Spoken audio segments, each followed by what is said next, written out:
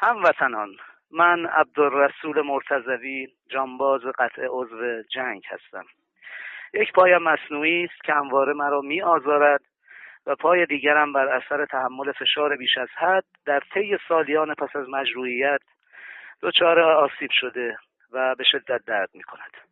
با این حال حدود 18 ماه است که بیشرمان صرفاً به خاطر اظهار نظرم در مورد حکومتی که از آن منزجرم و رهبری که بیکفایت و ستمگر میدانمش مرا به زندان افکندند. خواسته من از بیوطنانی که حتی حرمت جانبازان وطن را نگه نمی‌دارند و آنها را محبوس می‌کنند تماس با زندان برقرار شده. تماس گیرنده زندانی میباشد. برخورداری از مرخصی استعلاجی است.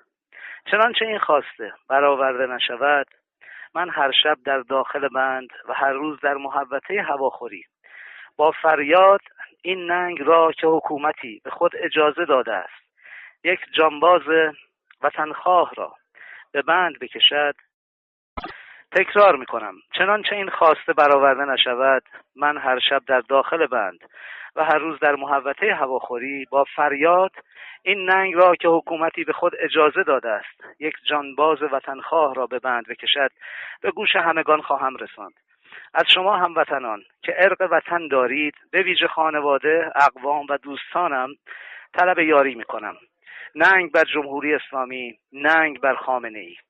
10 اسفند ماه 1399، تهران، زندان اوین.